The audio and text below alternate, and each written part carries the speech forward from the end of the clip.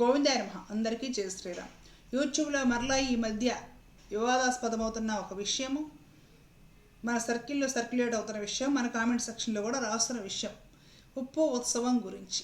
ఉప్పు ప్రసాదం పంచడము, ఉప్పు ఉత్సవము, వీటికి సంబంధించి ఏ శాస్త్రాల్లో ఉంది, ఎందుకు చేస్తున్నారు, ఈ విధంగా మాట్లాడుతున్నారు. ఇక్కడ కూడా నేను ఎవరి పక్షం తీసుకోవట్లేదు, ఎవరి పేర్లు ఫోటోలు ఏమీ వాడలేదు. ఉప్పు గురించి నేను చెప్పే ప్రయత్నం చేస్తాను. ఒక విషయాన్ని విషయముగా లోతుగా తెలుసుకునే ప్రయత్నము చేయాలి. నా ఇంటెన్షన్ ఇదే. ఒక విషయాన్ని విషయంగా తెలుసుకోండి చాలు.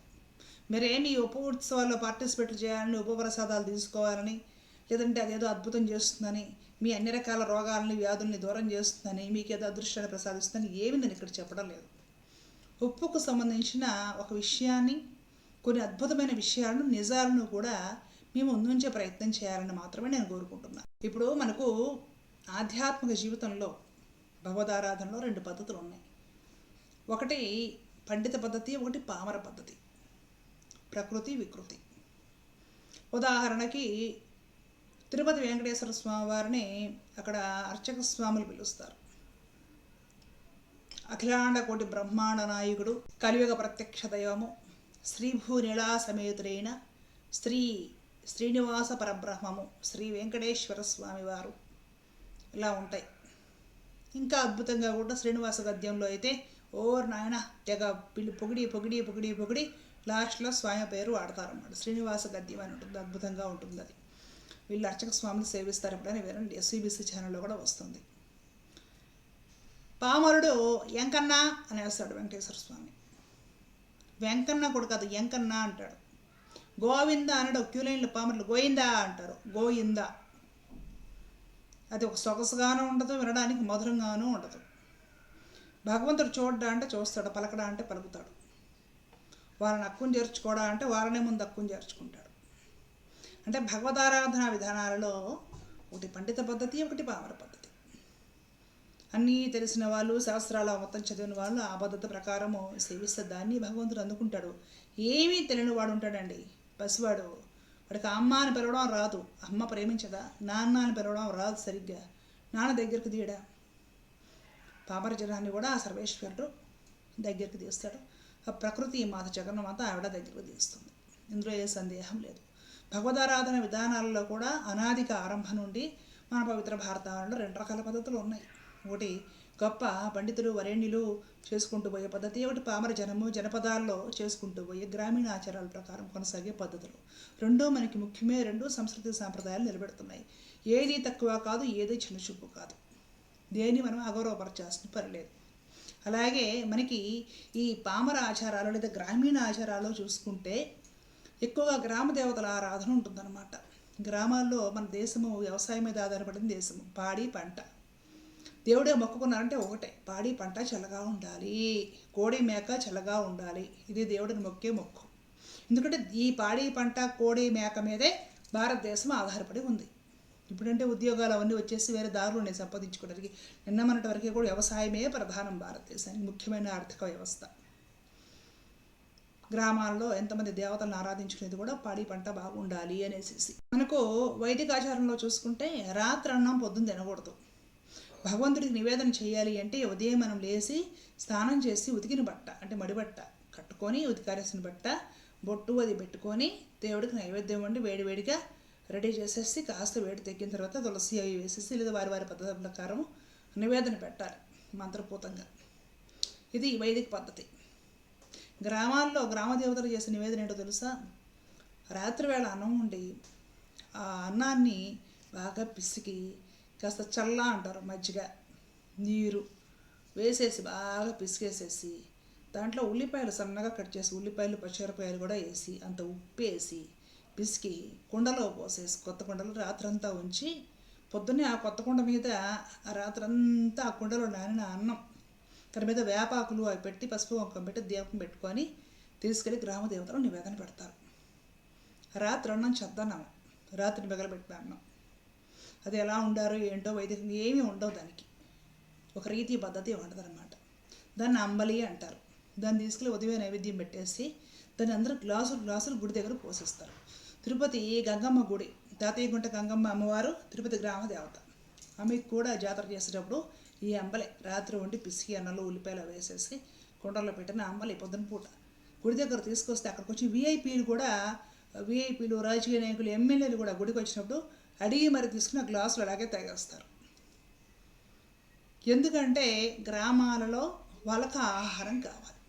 కష్టపడి కష్టం చేసేవాళ్ళు, కష్టించి పనిచేసేవాళ్ళు, పొలాలు ఆరుగారం పనిచేసేవాళ్ళు, అలాగే శ్రమపడి పశువుల దగ్గర పనులు చేసేవాళ్ళు, కఠినమైన పనులు చేస్తారు. కాబట్టి గ్రామీణ ప్రజలు వాళ్ళకి శరీరం కూల్ అవ్వడం కోసం, ఎనర్జీ రావడం కోసం, గ్లూకోజ్ రావడం కోసము అదే తీసుకోవాలి. వాళ్ళ శరీరానికి ఉప్పు చాలా అవసరం. ఇప్పుడంటే కొన్ని ట్రాక్టర్లు అవన్నీ వచ్చేసి పర్లేదు, కొంత సులువైంది పొలం పనులు, వ్యవసాయం. పాత రోజుల్లో మొత్తం మనుషుల మీద పశువుల మీద ఆధారపడి అరగదున్నారంటే ఎద్దులు మనిషి ఉండి దుక్కి దున్నాలి, కలుపు తీయాలన్నా, మందులు వేయాలన్నా, ఎరువు చల్లాలన్నా, ఏం చేయాలన్నా కూడా మొత్తం ఈ పశువుల్లో పనిచేసేటప్పుడు కూడా పేడ కుప్పలు తీసేస్తూ వాసనలో పని చెయ్యాలి, మురికిలో పని చేయాలి. పొలంలో ఈ పేడ ఇది ఉంటుంది కదా, నెయ్యి దిబ్బ అంటారు అనమాట. ఈ దిబ్బలో ఎప్పటి నుంచో పోసిపెట్టిన పేడంతా ఎరువు అవుతుంది అనమాట. అదంతా కూడా గడ్డపారలతో లేపి పొలంలో మెత్తగా పౌడర్ చేసి చల్లి పిచికారీ చేసి ఇట్లాగా వాళ్ళు చేసే పనులు ఇన్ని అని చెప్పలేం అనమాట. కాబట్టి భారతదేశం జై కిసాన్ అనేసి రైతులకు దండం పెట్టింది. వాళ్ళకి సోడియం అయోడిన్ కావాలి, ఉప్పు బాగా అవసరం. మగవాళ్ళు గ్రామాలలో చొక్కాలు వేసుకోవాలి. కష్టపడి వాళ్ళు ఎంతలా పనిచేస్తారంటే చెమట పడుతుంది ఆరుతుంది, పడుతుంది ఆరుతుంది, పడుతుంది ఆరుతుంది, పడుతుంది ఆరుతుంది. అట్లా రోజు మొత్తం మీద సాయంత్రం చీకటి పడేంత వరకు వాళ్ళు చేసే పనుల్లో ఎన్నిసార్లు వాళ్ళు చెమట పడుతుందో, ఎన్నిసార్లు ఆడుతుందో చెప్పలేం. మహిళలు కూడా తక్కువేం కాదు, వాళ్ళు చాలా శ్రమపడి పనులు చేస్తారు. ఈ షిఫాన్ చీరలు, జార్జెట్, ఇప్పుడు మనం వేసుకునే ఫ్యాషన్గా ఉండే చీరలు ఏం కట్టుకునే వాళ్ళు కదా గ్రామీణ మహిళా రోజులు. నూలు చీరలు, నేత చీరలు, అదేంటంటే పాపం వాళ్ళకి బట్టలు వేసుకుని ఉండాలి. కాబట్టి మహిళలు చీరా జాకెట్లు ఎన్నిసార్లు చెమట పట్టినా ఆరతాయి, మళ్ళీ చెమట పట్టినా ఆరతాయి, మళ్ళీ చెమట పట్టినా ఆరతాయి, చర్మ వ్యాధులు రాకుండా ఉంటాయి. అవే కట్టుకొని వాళ్ళు శ్రమించేళ్లలోనూ, పొలాల్లోనూ, పశువుల దగ్గర కూడా పనులు చేసేవాడు అనమాట. వాళ్ళు చేసే పనికి, వాళ్ళకి పట్టే చెమటకి వాళ్ళ శరీరానికి ఉప్పు చాలా అవసరం. చల్లదన్నం రాత్రి ఉండి అన్నంలో మజ్జిగ కలిపి పిసికి, జొన్న పిండి వేసి పిసికి, కాస్త ఉల్లిపాయలు వేసి పిసికినవి, ఆ చల్లదన్నం కూడా వాళ్ళ శరీరానికి పొద్దునే తాకపోతే వాళ్ళకి మంచి గ్లూకోజ్ లెవెల్స్ ఉండి వాళ్ళు పని చేయలేరు. వాళ్ళకి అవసరం, వాళ్ళకి రాత్రి ఉండిన చల్లదన్నం అవసరము, వాళ్ళకి ఉప్పు అవసరం. వాళ్ళకి అవి వాళ్ళ శరీరాలకు అవసరమైనప్పుడు వాటిని ప్రసాదంగా తీసుకునే సాంప్రదాయం మన పవిత్ర భారతదేశంలో ఉంది. ఏదైనా సరే మన దగ్గర ఉన్నది మనము భగవంతుడికి సమర్పించి నైవేద్యంగా తీసుకుంటాం. గ్రామాల్లో ఉండే గ్రామ దేవతల అమ్మవార్లు ఈ గ్రామంలో ఉండే తన సంతానం ఏం తింటారో, వాళ్ళ శరీరానికి ఏది అవసరమో అదే తాను కూడా నైవేద్యంగా గ్రహించి తీరుతుంది. ఆవిడేమి నాకు తిరుపతి లడ్డూలు కావాలో, ఈ బందర్ లడ్డూలు చేయించండి, మడిగా చేయించండి అని ఏం అడగదు. తన గ్రామీణ పిల్లలు ఏం తింటారో శక్తి కోసమో, వాళ్ళకి శక్తి ఏముందో, ఏమి ఇవ్వగలరో అదే ఆవిడ కూడా తీసుకుంటుంది. దాన్ని ప్రసాదంగా అందరికీ పంచిపెడతారు. ఆ విధంగా ఈ చల్ది పంచడము, ఉప్పు పంచడము, ఉప్పు ఒక రాశిగా పోసి గ్రామదేవతల ఆలయాల్లో ఒక జాతరలా జరిపేసి వేపాకులు ఏవో కట్టేసి కర్పూరంతో ఆరతలో ఇచ్చేసి ఆ ఉప్పుని ఊళ్ళో అందరికీ కూడా పంచడం. ఉప్పు అన్నంలో బాగా వేసుకొని అంబల్లో బాగా కలుపుకొని తాగుతారు. వాళ్ళ శరీరాలకు ఉప్పు కావాలి. ఉప్పు కానీ ఈ రోజుల్లో డాక్టర్లు చెప్పినట్టు చాలా లైట్గా తీసుకోవాలి, బీపీలు వచ్చేస్తే తక్కువ మోతాదులో తీసుకోవాలి, అసలు తీసుకోకూడదు. ఇట్లాగ సిటీల్లో ఉన్న వాళ్ళు పాటించినట్లు పల్లెటూరులో కష్టపడి పనిచేసే వాళ్ళు ఉప్పు తింటే మానేశారనుకోండి, బీపీ 2 రోజులు డౌన్ అయిపోయి కాళ్ళు చేతులు లాగడం మొదలెడతాయి. కష్టపడి పనిచేసేవాళ్ళు, బరువులు ఎత్తేవాళ్ళు, ఎండలో చాకరీ చేసేవాళ్ళు, పొలాల్లో చెమటలు చిందించేలా పనులు చేసేవాళ్ళు వాళ్ళ శరీరానికి తగ్గంత సోడియం తగు లెవెల్లో వాళ్ళు కాస్త ఎక్కువగానే తీసుకోవాల్సి ఉంటుంది. వాళ్ళకి చెమట రూపంలో వెళ్ళిపోతుంది, వాళ్ళకి ఎండ లాగేస్తుంది. మనలాగా నీడల్లో ఇళ్లలో కూర్చునే వాళ్ళు, ఏసీలో కూర్చునే వాళ్ళు ఉప్పు తగ్గించాలి. కాబట్టి గ్రామీణ దేవతలకి ఉప్పు రాశిగా పోసేసి ఆ ఉప్పు గ్రామాల్లో ఉండే వాళ్ళకి అవసరం కాబట్టి అమ్మవారి ప్రసాదంగా ఉప్పు పంచుతారు. చల్ది రాత్రిపూట ఆ అన్నం ఉండి పిసుకుని ఆ చద్దన్నము ఉల్లిపాయలు వేసేసి అది చల్ది ఏదైతే ఉంటుందో దానికి వేపాకులు అవి కట్టుకొని అమ్మవారికి పొద్దున్నే తీసుకొచ్చి నైవేద్యం పెట్టి ఆ అంబలి గ్లాసులో పోసి చల్లదన్నము అందరికీ పంచుతారు, తాగుతారు.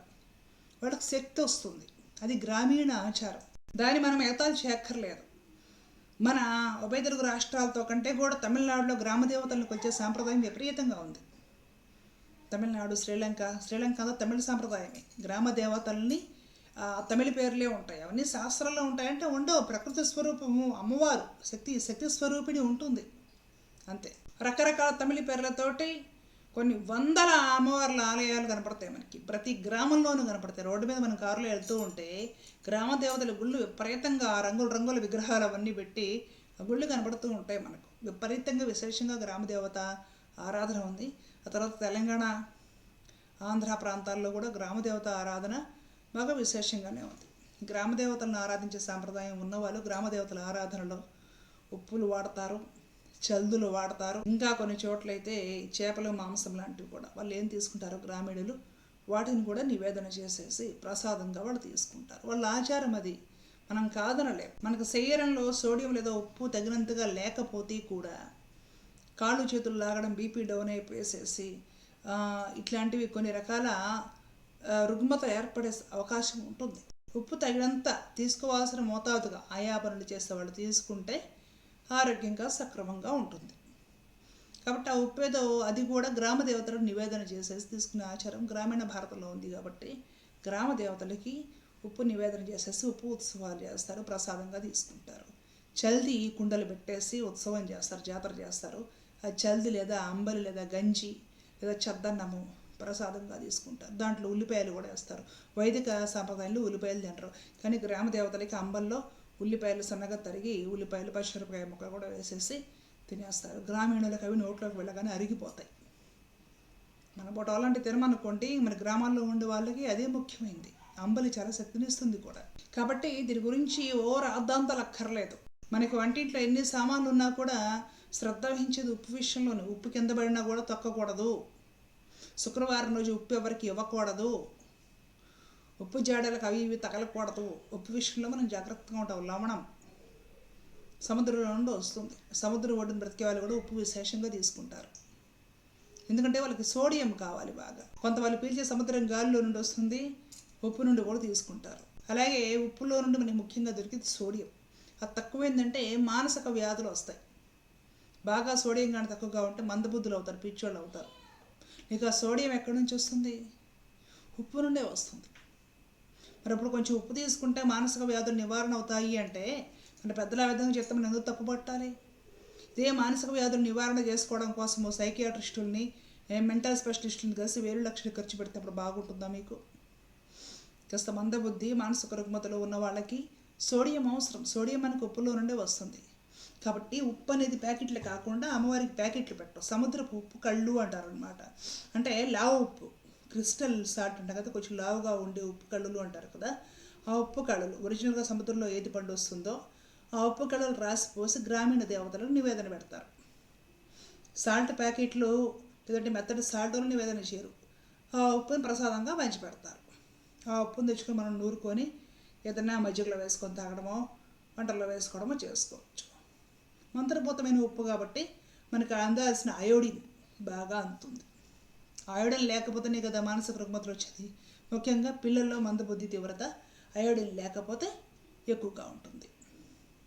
కాబట్టి మన మనసుకు సంబంధించింది, మానసిక ఆరోగ్యానికి సంబంధించింది, శారీరక ఆరోగ్యానికి, శారీరక పుష్టికి సంబంధించింది, ప్రత్యేకించి గ్రామీణ పౌరులకి ఉప్పు చాలా అవసరం.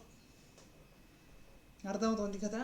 దాన్ని గ్రామ దేవతలకు నివేదన చేసి ప్రసాద రూపంలో తీసుకుంటే మనకు అభ్యంతరాలు ఎందుకు? ఆలోచించండి ఒకసారి. కాబట్టి ఇక్కడే కాదు, గ్రామ దేవతలకు చాలా చోట్ల ఉప్పు రాసుల పోసి నివేదన చేస్తారు. ప్రత్యేకించి సముద్ర తీర ప్రాంతాలలో ఈ ఆచారం ఎక్కువగా చూడొచ్చు మనము. సముద్ర తీరాలు, కొంచెం సముద్రాలు ఉన్న చోట జాలర్ వాళ్ళు కూడా వారి గ్రామ దేవతలకి ఉప్పు పోసి ఉప్పు నైవేద్యం పెడతారు.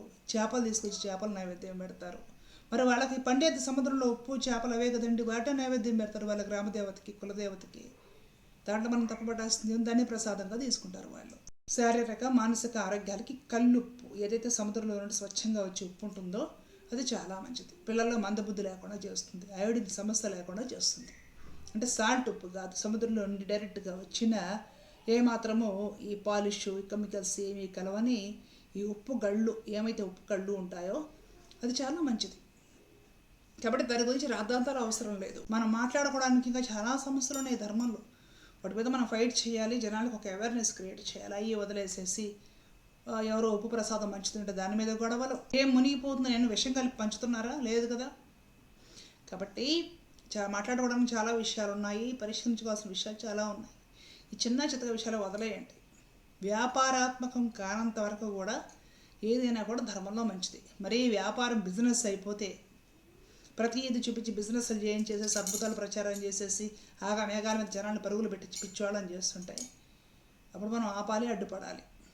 మిగతా విషయాలు గ్రామీణ ఆచారాలు కొన్ని ఉంటాయి, వైదిక ఆచారాలు కొన్ని ఉంటాయి. ఎవరు ఏ పాటించుకుంటారో అవి పాటించుకొనివ్వండి, ఇబ్బంది ఏమవుతుంది. కాబట్టి ఈ వీడియో నేను చేయడంలో ముఖ్యమైన ఉద్దేశము ఉప్పు గురించి స్పష్టంగా మీరు తెలుసుకునే ప్రయత్నం చేయండి. ప్రతిదానికి కూడా రాద్ధాంతం అక్కర్లేదు. కాబట్టి ఇది నేను వీడియో చేయడంలో ముఖ్య ఉద్దేశం. మీకు అర్థమైందని భావిస్తున్నాను. ఈ వీడియో మీద మీకు ఉన్న సమస్యలు, సందేహాలు, అలాగే అమూల్యమైన అభిప్రాయాలు కూడా దయచేసి కామెంట్ సెక్షన్లో తెలియజేయండి. ధర్మో రక్షత రక్షత. జై శ్రీమన్నారాయణ. కృష్ణ.